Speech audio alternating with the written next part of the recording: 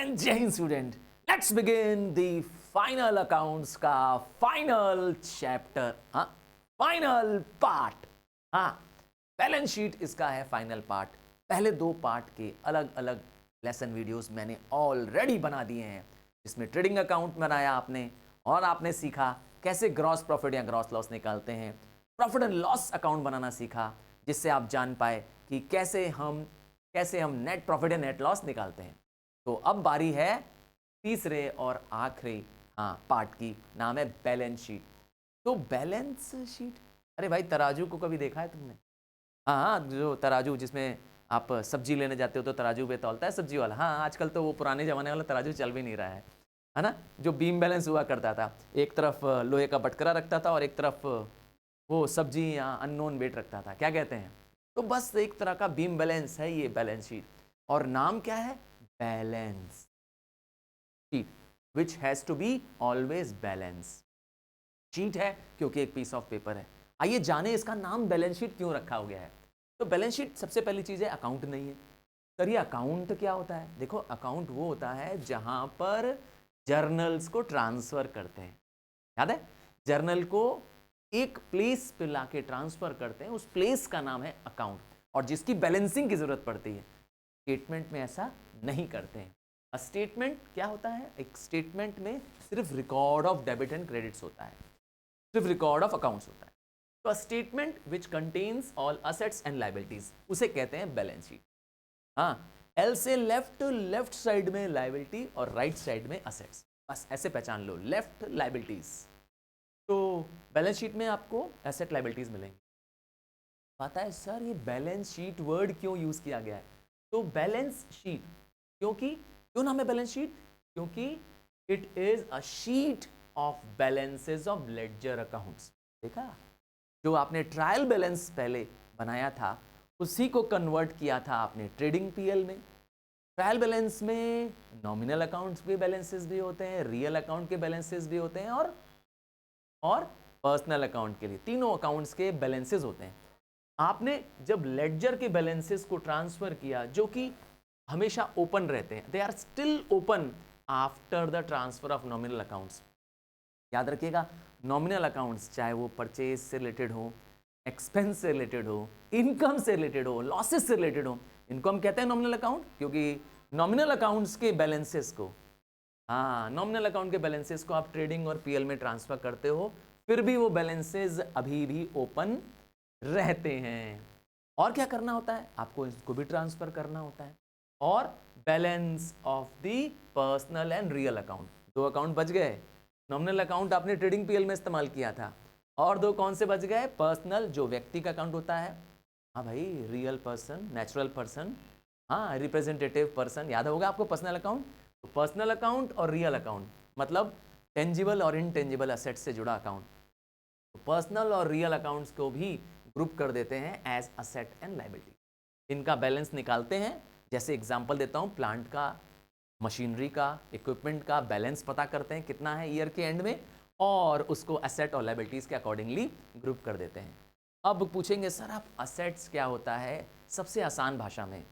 तो जरा अपने आसपास देखो, हाँ, जहाँ तुम बैठे हो, तुम्हारे हाथ में सबसे पहली चीज़ है मोबाइल, तुम्हारा असेट।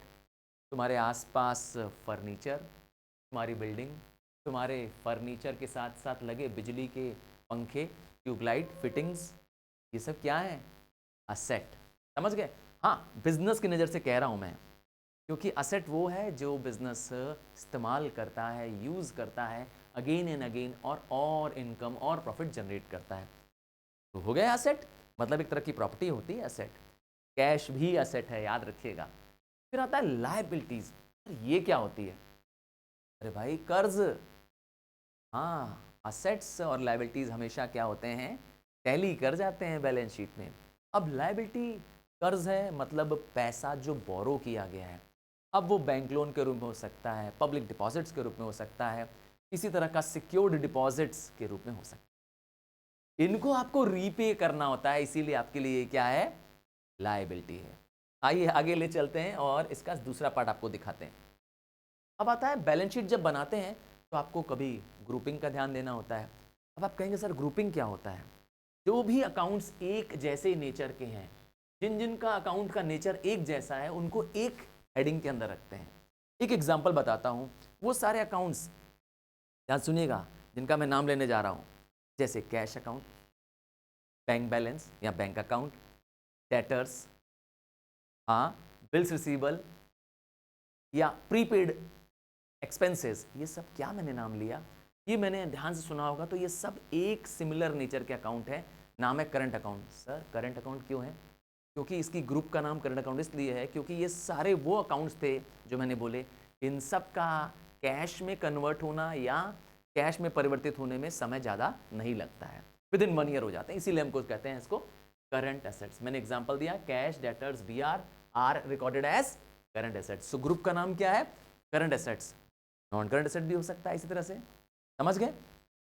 हम इस प्रोसेस को कहते हैं ग्रुपिंग। क्या आपको भी ग्रुपिंग करनी है? नहीं नहीं, आप टेंशन मत लीजिए, जब बैलेंस शीट आप बनाएंगे तो ग्रुपिंग की टेंशन आपको नहीं लेनी। एक टर्म और आता है बैलेंस शीट में, आता है मार्शलिंग। सर ये क्या होता है? मार्शलिंग मतलब होता है अरेंजमेंट में रखना, इसको असेट्स और लायबिलिटीज को एक प्रॉपर ऑर्डर में रखना। सर ये क्या मतलब हुआ? हाँ मैं बता रहा हूँ, दो तरीके से मार्शलिंग की जा सकती है। मार्शलिंग मतलब arrangement of assets and liabilities in proper order.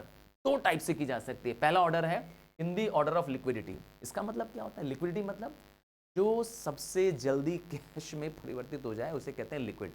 अरे भाई आपका खुद का कैश, आपका बैंक में रखा बैलेंस, हाँ गए चटपट पैसा बैंक से निकाल दिया, एटीएम गए पैसा निकाल लिया, तो वो लिक्विड है पैसा। और लिक्विड क्या है? हाँ डेटर्स, जिनको आपने उधार बेचा था, आपके कस्टमर, वो आपका क्या है? वो भी आपका लिक्विड एसेट है। और एग्जांपल दो, बिल्स रिसीवेबल मतलब बिल दिखा करके एक सर्टेन पीरियड बाद आपको पैसे मिलने वाले हैं। ये सब क्या एग्जांपल है? करेक्ट, अब आप पहचान लिए, ये है ऑर्डर ऑफ लिक्विडिटी।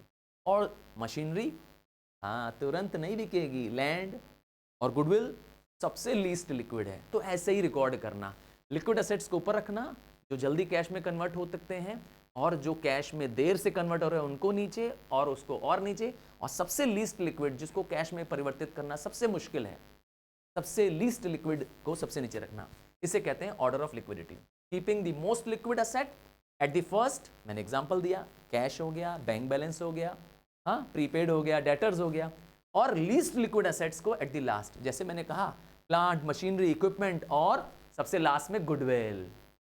अब दूसरा तरीका भी मार्शलिंग का है, सिर्फ एक नहीं है, दो मेथड है मार्शलिंग का। एक हो गया लिक्विडिटी, दूसरा हो गया in the order of permanence. Liquidity का ठीक उल्टा होता है परमानेंस। इसमें क्या बताया गया है कि जो असेट परमानेंट नेचर के, अर्थात जिनको आप लॉन्ग यूज के लिए खरीदे हैं, बेचने के लिए नहीं खरीदे हैं, बल्कि लंबे समय तक यूज करते रहते हैं, बार बार यूज करते रहते हैं, उनको सबसे ऊपर रखना है। क्या मतलब है? लिक्विडिटी और परमानेंस एक दूसरे के अपोजिट है। यहाँ पे गुडविल सबसे ऊपर होगी, प्लांट, मशीनरी, इक्विपमेंट, फर्नीचर सबसे ऊपर होगा, और उल्टा होगा, जो लीस्ट परमानेंट नेचर के एसेट होंगे वो नीचे होंगे। हाँ prepaid, debtors, bank balance, cash सबसे नीचे होगा। तो लिक्विडिटी और परमानेंस एक दूसरे के रिवर्स हैं। हाँ जब आप बैलेंस शीट बनाएं तो कोशिश करें कि इस मार्शलिंग का भी पालन करें। आइए अब आपको बताते हैं टाइप ऑफ असेट्स के बारे में, क्योंकि आपको असेट्स के बारे में पता होना चाहिए। असेट्स, हाँ प्रॉपर्टी आपकी, चाहे वो लैंड हो, बिल्डिंग हो, कैश हो, बैंक बैलेंस हो, ये किस किस टाइप्स की हैं। सबसे पहला असेट आता है नॉन करंट असेट्स। आप इसको फिक्स असेट भी बोल सकते हो। क्यों? क्योंकि ये असेट फिक्स्ड नेचर का है, एक बार आपने ले लिया, परमानेंटली आप यूज करते रहते हो। एग्जाम्पल दूं, अरे भाई प्लांट आपका, बिल्डिंग आपकी, लैंड आपका, फर्नीचर आपका, एक बार आपने बिजनेस के लिए ले लिया, लंबे समय तक यूज करते रहते हो। हाँ मुझसे एक एग्जाम्पल में ये पूछ सकते हो कि सर मेरा काम इंफ्रास्ट्रक्चर का काम है, हाँ मेरा लैंड बिल्डिंग का काम है, तो तुम्हारे लिए लैंड क्या हो जाएगी? परमानेंट एसेट नहीं होगी, फिक्स एसेट नहीं होगी, तुम्हारे लिए तो स्टॉक है। हाँ भाई जो लोग लैंड प्लॉटिंग करके बेचते हैं, क्या कहते हो, जो इंफ्रास्ट्रक्चर कंपनियां फ्लैट्स बना बना के बेच रही हैं, उनके लिए फ्लैट क्या है? हाँ स्टॉक है। पर तुम्हारे मेरे लिए हाँ असेट है। तो वो जिसका बिजनेस परमानेंटली यूज करता रहता है, लंबे समय ले लिया और लंबे समय यूज करता रहता है, पता है इसका ठीक रिवर्स आता है करंट असेट्स, अर्थात वो असेट्स जो खुद कैश हैं या कैश में कन्वर्ट हो जाएंगे 1 साल के अंदर, विद इन अ ईयर वो कैश में कन्वर्ट हो जाएंगे। चाहे वो आपका कैश हो, चाहे आपके डेटर्स हो, चाहे आपका प्रीपेड हो, हाँ प्रीपेड एक्सपेंसेस, या बिल्स रिसीवेबल हो, ये सब तुम्हारे क्या हैं, हाँ ये सब तुम्हारे करंट असेट्स हैं। अब आता है लिक्विड असेट्स। लिक्विड, हाँ वो असेट्स जो कैश या और क्विक नोटिस पे कैश में कन्वर्ट होते हैं, के लिए 1 साल का टाइम नहीं दिया जाएगा। हाँ ये वो असेट्स हैं जो कैश में at a very short notice convert हो जाएंगे। अब इसमें भी कैश फिर से आ गया, तो सर इनमें दोनों में अंतर क्या है, करंट में और लिक्विड एसेट में क्या अंतर है? देखिए लिक्विड एसेट्स में debtors, cash, bank balance, bills receivable ये सब ले लेंगे। तो क्या नहीं लेंगे लिक्विड एसेट्स में? लिक्विड एसेट्स में प्रीपेड को लेना अलाउड नहीं है, जिसको हम पेड इन एडवांस कहते हैं वो लेना अलाउड नहीं है, और स्टॉक लेना अलाउड नहीं है। ये दोनों करंट एसेट तो हैं पर लिक्विड एसेट नहीं है, ध्यान रखिएगा मेरी बात को, ठीक है। चलिए आगे बढ़ जाते हैं, आते हैं फिक्टिशियस एसेट्स के बारे में। असली में तो ये कोई एसेट्स है ही नहीं। क्यों? क्योंकि इनसे अब कोई और बेनिफिट मिलने वाला नहीं है, अर्थात इनका आपने बेनिफिट ले लिया है। एक्चुअली में ये आपका एक एक्सपेंडिचर था जिसका बेनिफिट मोर देन 1 ईयर तक कैरी होने वाला था। एक एग्जांपल दूं, आपने कराया एडवर्टाइजमेंट, बड़ा मेजर एडवर्टाइजमेंट कैंपेन चलाया और इस पे खर्चे कर दिए 5 लाख रुपए। ध्यान से सुनिएगा, खर्चा कर दिया आपने कितना, 5 लाख रुपया। 5 साल तक अब आपको एड कैंपेन नहीं चलाना है, क्योंकि आपने इसको इतने बड़े लेवल पे खर्चा किया है कि इसका बेनिफिट आने वाले 5 सालों में मिलने वाला है। तो ये जो पैसा है इसकी वैल्यू दिन ब दिन रिड्यूस होती जाएगी। हाँ, इसकी वैल्यू दिन ब दिन क्या होती जाएगी, रिड्यूस होती जाएगी, कम होती जाएगी, क्योंकि अब इसको आप कैश में कन्वर्ट नहीं कर सकते हैं, बल्कि ये दिन ब दिन फॉल होता जाएगा। जैसे मैंने लिखा एडवर्टाइजमेंट सस्पेंस या advertisement expenditure, huge advertisement expenditure. आगे दूसरा आता है वेस्टिंग असेट। सर ये कैसा नाम है? हाँ भाई, नाम में ही सब काम छुपा हुआ है। वेस्ट होने वाला वो असेट्स जो धीरे धीरे धीरे क्या हो रहा है, खत्म हो रहा है, कम हो रहा है, एग्जॉस्ट हो रहा है। कुछ समय बाद हो सकता है ये पूरा एसेट्स खत्म हो जाए या इसकी वैल्यू दिन ब दिन कम हो रही है। जैसे माइंस की, हाँ आपके पास माइंस है, आपके पास पेटेंट है, हाँ पेटेंट पर्टिकुलर टाइम पीरियड के लिए मिलता है, तो जैसे जैसे टाइम पीरियड कम होने लगेगा पेटेंट आपका नहीं रहेगा। या आपके पास ऑयल वेल है, अरे भाई कुआं है तेल का, तो तेल निकालते जाओगे कुएं में से तेल, भाई जिंदगी भर तो नहीं चलेगा, कभी खत्म तो ऐसा है नहीं कि नहीं होने वाला है, होना है ना खत्म। तो जैसे जैसे आप उसमें से रिसोर्सेज निकालते जाओगे उसकी वैल्यू कम होती जाएगी, इसीलिए इसका नाम है वेस्टिंग एसेट। आइए एक और एसेट जाने, टेंजिबल। टेंजिबल मतलब जिसका कोई फिजिकल एग्जिस्टेंस है, जिसको आप टच कर सकते हैं, जिसको आप देख सकते हैं। फिजिकल प्लांट मशीनरी, इसीलिए टेंजिबल बोल रहा हूं। दूसरा है इंटेंजिबल, ठीक उल्टा है, जस्ट रिवर्स, जिसका कोई फिजिकल एग्जिस्टेंस नहीं है, मतलब ना आप उसको छू सकते हैं और ना तो आप इसको देख सकते हैं। चलो अब ऐसे तो नहीं बोलोगे, पक्का बात है। एग्जाम्पल गुडविल हो गया, कॉपीराइट हो गया, रॉयल्टी हो गया, आप इनको देख नहीं सकते, ठीक है, इनको आप देख नहीं सकते हैं, पर हाँ ये असेट्स हैं आपके। आपके पास अगर किसी चीज़ की गुडविल है, हाँ किसी चीज़ का कॉपीराइट है, पेटेंट है आपके पास, हाँ जैसे लोगों के पास म्यूजिक का पेटेंट कॉपीराइट्स होता है, हाँ बुक छापने वालों के पास पता है कि नहीं, जिसके पास जिसकी बुक आप पढ़ रहे हो, हाँ लेट्स अज्यूम डी के गोयल पढ़ रहे हो, आर सी मित्तल पढ़ रहे हो, हाँ तो उनके पास उसका कॉपीराइट है। तुमने कोई प्रोग्राम क्रिएट कर दिया, तुमने कोई नया सॉफ्टवेयर लॉन्च कर दिया, कर लो उसका कॉपीराइट, हाँ मजे लो उसके बाद। तो ये आपके असेट्स हैं। आइए टाइप ऑफ लाइबिलिटीज़ भी जाने। तो लाइबिलिटीज़ मतलब कर्ज, लाइबिलिटीज़ मतलब ऑब्लिगेशंस, लाइबिलिटीज़ मतलब वो जो फर्म को किसी आउटसाइड पार्टी को चुकाना है। अब आती है लॉन्ग टर्म लाइबिलिटी, जिसको हम कहते हैं नॉन करंट लाइबिलिटी, अर्थात इसको रिपेयर तो करना है पर 1 साल के ज़्यादा टाइम पे बाद। अब वो 2 साल में करना पड़े, 5 साल में करना पड़े, बट 1 से ज़्यादा साल होगा, नाम है नॉन करंट लाइबिलिटीज़। एग्जाम्पल है बैंक का लोन ले लिया हो, एग्जाम्पल है पब्लिक डिपॉजिट ले लिया हो, डिबेंचर्स हो गया हो, हाँ कंपनियां डिबेंचर्स लेती हैं। दूसरा आता है करंट लाइबिलिटी, मतलब छुओगे तो करंट मार देगा किडिंग, मजाक कर रहा हूँ, ऐसा कोई लाइबिलिटी नहीं कि छूने से करंट मारेगी। करंट का मतलब है कि ये वो लाइबिलिटीज है जिनका रीपेमेंट विद इन 1 ईयर करना, आपको 1 साल के अंदर इसको पैसा लौटा देना है। जैसे क्रेडिटर, जैसे बिल्स पेबल, जैसे हाँ जैसे प्रोविजन, शॉर्ट टर्म प्रोविजंस, या जैसे आउटस्टैंडिंग एक्सपेंसेस जिसको हम कहते हैं ड्यू बट नॉट पेड, ये सब आपके करंट लाइबिलिटीज होते हैं। करंट ईयर में आप नहीं पे कर पाए थे, पर आपको 1 साल के अंदर इसको पे करना है। एक और लायबिलिटी आती है, एक और लायबिलिटी आती है, नाम है कंटिंजेंट। अर्थात ये वो लायबिलिटी है जो अभी लायबिलिटी है ही नहीं। सर फिर इसको लायबिलिटी क्यों कह रहे हैं? This liability depends on happening of an event. Sir इसका क्या मतलब है? इसका मतलब है ये वो लायबिलिटी है, इसका पेमेंट तब करोगे जब कोई इवेंट हो जाए। एग्जाम्पल से समझाता हूँ। जैसे आपने बिल्स रिसीवेबल को क्या कर लिया, डिस्काउंट करा लिया।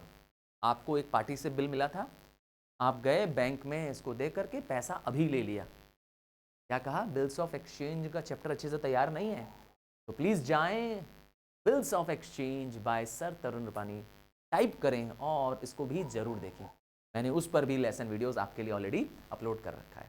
तो क्या कहना चाहते हैं? बिल्स डिस्काउंट करा लिया और अब आपका बिल्स का अभी टाइम पीरियड खत्म नहीं हुआ है, अर्थात उस पार्टी ने बिल का पेमेंट अभी तक किया नहीं है। इन केस वो पार्टी डिफॉल्ट कर देगी, जिसका बिल है, बैंक आपसे पैसा वसूलेगी। तो डिसऑनर वो कर रहा है, फंस आप रहे हैं।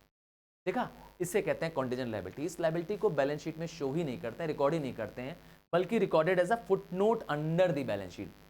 टोटलिंग में इसको ऐड नहीं करते। एक एग्जांपल और दूं, जैसे कोई लीगल केस चल रहा है आपके ऊपर, आपकी फर्म के ऊपर, और लीगल केस का भी फैसला नहीं आया है, तो आप इसको कॉन्टिजेंट लायबिलिटी, समझ में आ गया होगा। आइए अब आपको रियल बैलेंस शीट दिखाएं। हाँ, आपको जो मैं बैलेंस शीट दिखाने जा रहा हूं उसमें हर एक अकाउंट का नाम मालूम होना चाहिए आपको, तभी आप उसकी जगह जान पाएंगे। हाँ, तभी आप उसकी जगह जान पाएंगे। आइए शो करता हूं आपको अब बैलेंस शीट। तो बैलेंस शीट जब आप देखेंगे तो आपको दिखाई देगी कि बैलेंस शीट एज एट। हाँ, एज एट में क्या लिखते हैं? आपको ईयर एंडिंग लिखना है। मैंने ऑलरेडी डिस्कस किया, एल से लेफ्ट, एल से लायबिलिटी। इस बार जो मार्शलिंग की गई है वो इन दी ऑर्डर ऑफ लिक्विडिटी है। सबसे लिक्विड लायबिलिटी ऊपर है, सबसे लिक्विड असेट ऊपर है, और लीस्ट लिक्विड लायबिलिटी नीचे। समझ गए? आइए स्टार्ट करते हैं। देखिए, लायबिलिटी साइड में सबसे पहले हेडिंग डाला। क्या आपको भी हेडिंग डालनी है? जवाब है नहीं। आप जब बनाओगे तो ये करंट लायबिलिटी नाम की हेडिंग देने की जरूरत नहीं है। इसे हम कहते हैं हेडिंग दे करके इस हेडिंग के अंदर रखा गया है, हम इसे कहते हैं ग्रुपिंग। ये है ग्रुपिंग। देखा आपने, ये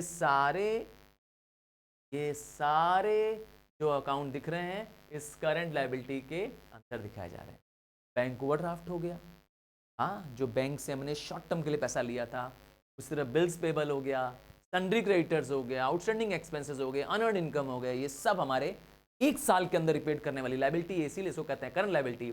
और लॉन्ग टर्म लायबिलिटी, हाँ, लॉन्ग टर्म लोन्स, दूसरा है रिजर्व्स, और लास्ट में है कैपिटल। देखिए, कैपिटल को थोड़ा ध्यान से देखिएगा। कैपिटल वो पैसा होता है जो ओनर ने बिजनेस में इन्वेस्ट किया होता है, money invested by the owner. तो ये एक इंटरनल लायबिलिटी होती है वैसे, ठीक है, पर फर्म के लिए तो मैंने कहा ये लायबिलिटी है। तो जो कैपिटल होता है उसमें प्रॉफिट मालिक को दे देते हैं, ओनर को देते हैं। हाँ, लॉस होगा, नेट लॉस होगा तो माइनस भी करेंगे, ध्यान दीजिएगा। ड्रॉइंग्स किया होगा ओनर ने, माइनस हो जाएगा। इनकम टैक्स भी ड्रॉइंग का ही एक एग्जाम्पल है। लाइफ इंश्योरेंस प्रीमियम भी मालिक पे लगता है, ये भी एक तरह की ड्रॉइंग है, इसीलिए इन सबको लेस कर देंगे। तो जो कैपिटल को घटा रहा है, मालिक अगर पैसा बिजनेस से विड्रॉ कर रहा है तो ये तीनों विड्रॉ करना हुआ, ड्रॉइंग करना, इनकम टैक्स करना। इनकम टैक्स भी पर्सन पे लगता है, मालिक पे लगता है, इसीलिए सबको क्या करते हैं, कैपिटल से माइनस कर देते हैं। याद रखेंगे फॉर्मेट आपको। हाँ, इन दी ऑर्डर ऑफ, ये मैंने क्या बताया, इन दी ऑर्डर ऑफ को लिक्विडिटी बता दिया, इन दी ऑर्डर ऑफ परमानेंस इसका रिवर्स हो जाएगा, ठीक है। हाँ, आइए असेट साइड में देखते हैं फटाफट जल्दी से। करंट असेट्स, तो वो असेट्स जिनको 1 साल में कैश में कन्वर्ट करते हैं। तो कैश इन हैंड सबसे ज्यादा क्या है, लिक्विड असेट है, फिर कैश एट बैंक, फिर बिल्स रिसीवेबल, फिर शॉर्ट टर्म इन्वेस्टमेंट, सन्डी डेटर्स कौन होता है, या बुक डेप्ट्स कौन होते हैं? सन्डी डेप्टर्स मेरे कस्टमर्स हैं, फर्म के कस्टमर्स हैं जिनको फर्म ने उधार गुड्स बेचा है। और क्या है, हाँ, क्लोजिंग स्टॉक है, प्रीपेड है। प्रीपेड मतलब होता है जिस एक्सपेंसेस को हमने समय से पहले पे कर दिया। अरे भाई, प्रीपेड मोबाइल का सिम जो लिया हुआ है तुमने, पहले पैसा भरते हो, उसके बाद एंजॉय करते हो उसकी महीने भर की service, prepaid. Accrued income, income due, income मिलनी है बट नॉट रिसीव्ड। और अब आता है नॉन करंट असेट्स। ये वो असेट्स हैं जो आपने ले तो लिया है बिजनेस में, बट आपको 1 से अधिक साल के लिए इसको बिजनेस में यूज करना है, परमानेंट यूज करना है, लंबे समय तक यूज करना है। फर्नीचर हो गया, लूज टूल्स हो गया, अगेन मोटर व्हीकल्स हो गया, लॉन्ग टर्म इन्वेस्टमेंट हो गया, plant machinery, land building, patent, and last but not the least goodwill. Goodwill आपका लीस्ट लिक्विड असेट है। सबसे लास्ट में गुडविल क्या होती है? दिखती है फर्म की। बता दूं आपको, बिसलेरी ने अभी रिसेंटली 7,000 करोड़ में अपना कारोबार बेच दिया। नाम सुना है बिसलेरी? हाँ, पानी बोले तो बिसलेरी। हाँ, आपने भी जरूर खरीदा होगा। हाँ, कोई भी जाता है दुकान में बोलता है भैया बिसलेरी दे दो।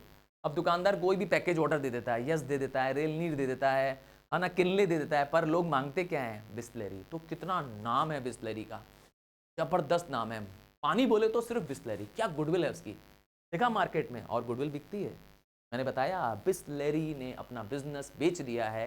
हाँ, मिनरल वाटर बिक चुका है, टाटा ने खरीद लिया इसको 7,000 करोड़ में, अभी रिसेंट डील है ये। तो क्या कहना चाहते हैं?